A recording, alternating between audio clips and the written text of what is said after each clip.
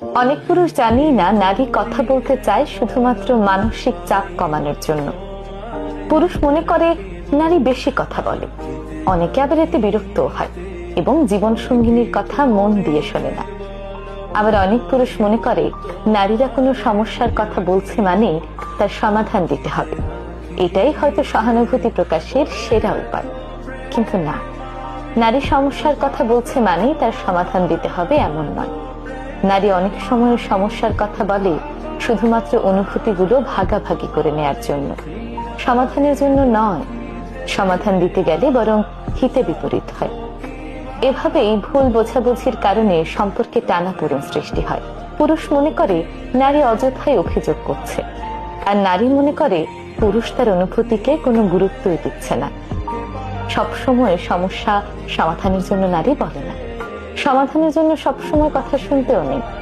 মাঝে মাঝে অনুভূতি বোঝার জন্য শুনতে হয়।